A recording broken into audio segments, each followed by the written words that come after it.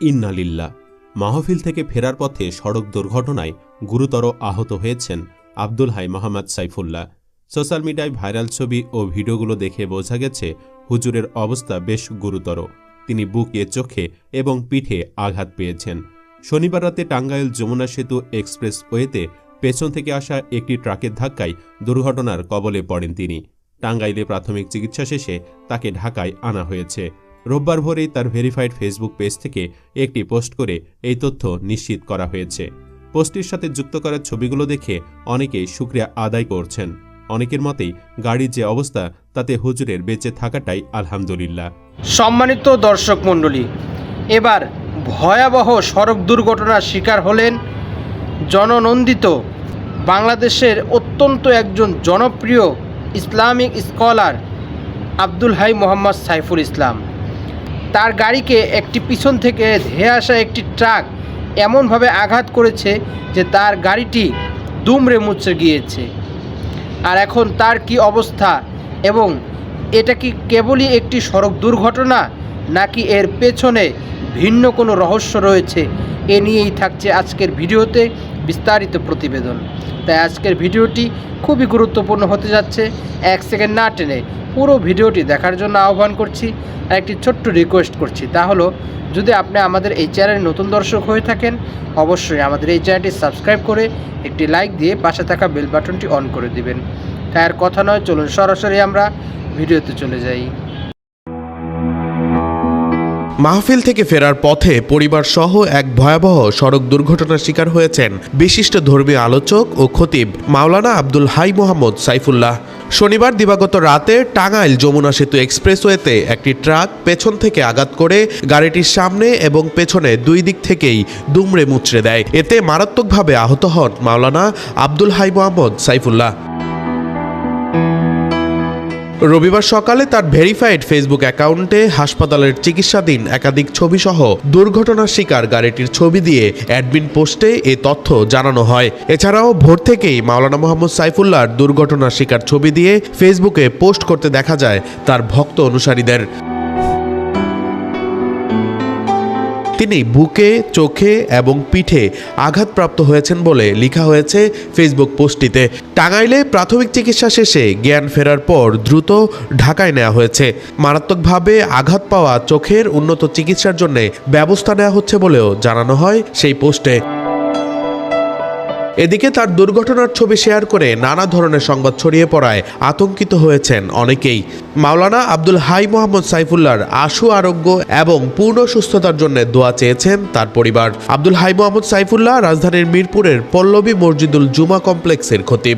একই সঙ্গে বেসরকারি টেলিকম সেবাদানের প্রতিষ্ঠান ইবিএস এর রিলিজিয়াস ডিরেক্টর হিসেবে কর্মরত আছেন তিনি। এক নম্বর আল্লাহ দুনিয়াতে থাকে। সাবলীল ভাষায় ধর্মীয় আলোচনার জন্য বেশ জনপ্রিয় মাওলানা সাইফুল্লাহ।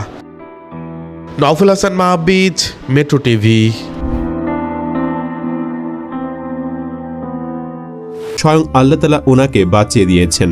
পোস্টটিতে বলা হয়েছে, আমাদের সকলের প্রিয় দায়ী বর্তমান সময়ের সাহসী কণ্ঠস্বর নন্দিত খতিব আব্দুল হাই মোহাম্মদ সাইফুল্লাহ গতরাত্রে মাহফিল থেকে ফেরার পথে এক ভয়াবহ সড়ক দুর্ঘটনার শিকার হন। টাঙ্গাইল যমুনা সেতু এক্সপ্রেস ওয়েতে একটি ট্রাক পেছন থেকে আঘাত করে গাড়িটির সামনে পেছনে দুমড়ে মুচড়ে দেয়। তিনি বুকে, চোখে এবং পিঠে আঘাতপ্রাপ্ত হন। আল্লাহর অসীম দয়ায় তার জ্ঞান ফিরেছে। টাঙ্গাইলে প্রাথমিক চিকিৎসা শেষে তাকে দ্রুত ঢাকায় নেওয়া হয়েছে। চোখের উন্নত চিকিৎসার জন্য ব্যবস্থা নেওয়া হচ্ছে। ভালো খবর হলো, আল্লাহর মেহেরবানিতে তিনি এখন আশঙ্কামুক্ত আছেন, সেটাও নিশ্চিত করা হয়েছে পোস্টটিতে। জানা গেছে পূর্ণ বিশ্রামে থাকতে বলা হয়েছে। তবে নানান ধরনের বাড়তি সংবাদ ছড়িয়ে পড়েছে বলে অনেকেই আতঙ্কিত হচ্ছেন। হুজুরের পেজ থেকে বলা হয়েছে, চিকিৎসার পরবর্তী আপডেট জানাবো ইনশাআল্লাহ। আশু আরোগ্য এবং পূর্ণ সুস্থতার জন্য দোয়ার মুহতাজ। হুজুরের অ্যাক্সিডেন্টের খবর শুনে আতঙ্কিত হয়ে পড়েছে অনুসারীরা, কারণ আমরা অতীতে উনারই ওস্তাদ খন্দকার আবদুল্লাহ জাহাঙ্গীর স্যারকে একইভাবে অ্যাক্সিডেন্টে হারিয়েছি। উনার চলে যাওয়া আমাদের জন্য বড়ই ক্ষতির কারণ হয়েছিল। তাই স্বাভাবিকভাবেই সাইফুল্লাহ হুজুরের ঘটনাও মানুষকে আতঙ্কিত করেছে। তবে আল্লাহ সাথে ছিলেন, তেমন কোনো শঙ্কা নেই। তবুও হুজুরের পোস্টের কমেন্টে অনুসারীরা শোক প্রকাশ করছেন ও হুজুরের সুস্থতার জন্য দোয়াও করছেন। জানিয়ে রাখি, আব্দুল হাই মোহাম্মদ সাইফুল্লাহ কুষ্টিয়া ইসলামী বিশ্ববিদ্যালয়ের আল হাদিস বিভাগ থেকে অনার্স ও মাস্টার্স সম্পন্ন করেন। ফ্যাকাল্টি ফার্স্ট হওয়ার সুবাদে ইসলামী বিশ্ববিদ্যালয় থেকে তিনি রাষ্ট্রপতি গোল্ড মেডেল প্রাপ্ত হন। একই প্রতিষ্ঠান থেকে এমফিল ডিগ্রি অর্জন করেন এবং সেখানে পিএইচডি গবেষণারত। তিনি শিক্ষা জীবনে প্রতিটি স্তরে কৃতিত্বের স্বাক্ষর রেখেছেন। তিনি বাংলাদেশের প্রখ্যাত স্কলার ডক্টর খন্দকার আবদুল্লাহ জাহাঙ্গীর রাহিমাহুল্লাহর একজন ছাত্র। খতিব হিসেবে দায়িত্ব পালন করছেন মসজিদুল জুমা কমপ্লেক্স পল্লবীতে। একই সঙ্গে বেসরকারি টেলিকম সেবাদানের প্রতিষ্ঠান ইবিএস এর রিলিজিয়াস ডিরেক্টর হিসাবে কর্মরত আছেন। তিনি ব্যক্তিগত জীবনে বিবাহিত এবং 3 কন্যার সন্তানের জনক। এই তরুণ আলেম একজন প্রাঞ্জলভাষী দায়ী, পছন্দ করেন আল্লাহর পথে দাওয়াত দিতে, লিখতে এবং তরুণ ও যুব সমাজের জন্য অনুপ্রেরণাদায়ক কাজ করতে। বাংলাদেশে মসজিদের খতিবরা সাধারণত প্রাসঙ্গিক বা সমকালীন বিষয়ে কথা বলেন কম। এর মধ্যে বেশিরভাগ ইমামই বিতর্কিত হওয়ার ভয়ে থাকেন, রয়েছে অন্য ভয়ও। এই বাস্তবতায় ব্যতিক্রম এক খতিব আব্দুল হাই মোহাম্মদ সাইফুল্লাহ। হাসিনা থাকাকালীন সময়েও তিনি সকল অন্যায় অবিচারের বিরুদ্ধে সোচ্চার ছিলেন, প্রতিবাদ করেছেন সরকারের সকল জুলুম নিপীড়নের বিষয়ে।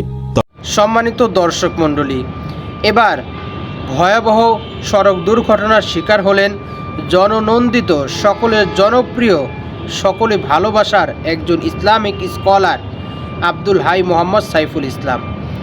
তাকে আমরা কম বেশি সবাই চিনি। তিনি সত্যের কথা অকুত ভয়ে সকলের মাঝে ছড়িয়ে থাকেন।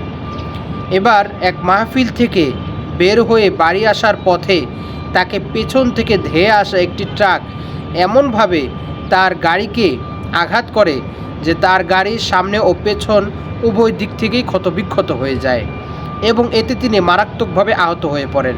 তার চোখ, বুক ও পিঠে প্রচণ্ডভাবে তিনি আঘাতপ্রাপ্ত হন।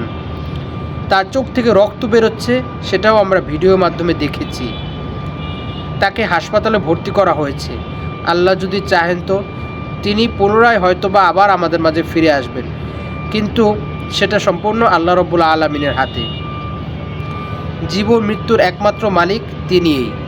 তবে হাদিসের ভাষ্য দ্বারা বোঝা যায়, লাং তামুতা হাত্তা তাস্তাকমিলা রিজকাহা, যতক্ষণ পর্যন্ত আল্লাহ রব্বুল আলামিন কোনো ব্যক্তির একটি দানা রিজিকও পৃথিবীর বুকে অবশিষ্ট রাখবেন, ততক্ষণ পর্যন্ত তার মৃত্যু হবে না।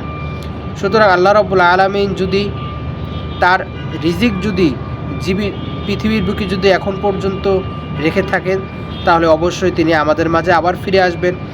আর যদি এটাই তার শেষ নিঃশ্বাস হয়, তার পৃথিবীর বুকের শেষ সময় হয়, তাহলে আল্লাহ রব্বুল আলামিন তাকে নিয়ে যাবেন।